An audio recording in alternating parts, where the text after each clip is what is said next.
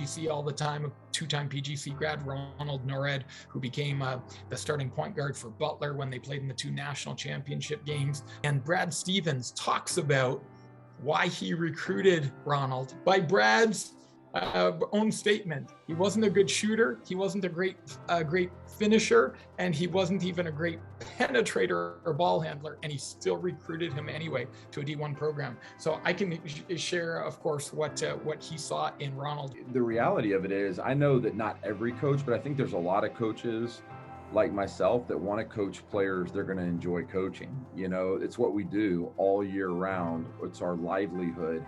And when you see a player that smiles and gives high fives and hustles to everything that they do, they play really hard, they have a good motor, like if they have all of those types of things, you look at a player and say, man, you can't help but to say it, I would like to coach that player.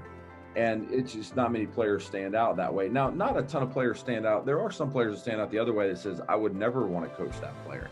But the majority, the 80% there in the middle, stands out as somebody that's like, well, it's not that I don't want to coach them. It's not that I do want to coach them. They're just a player.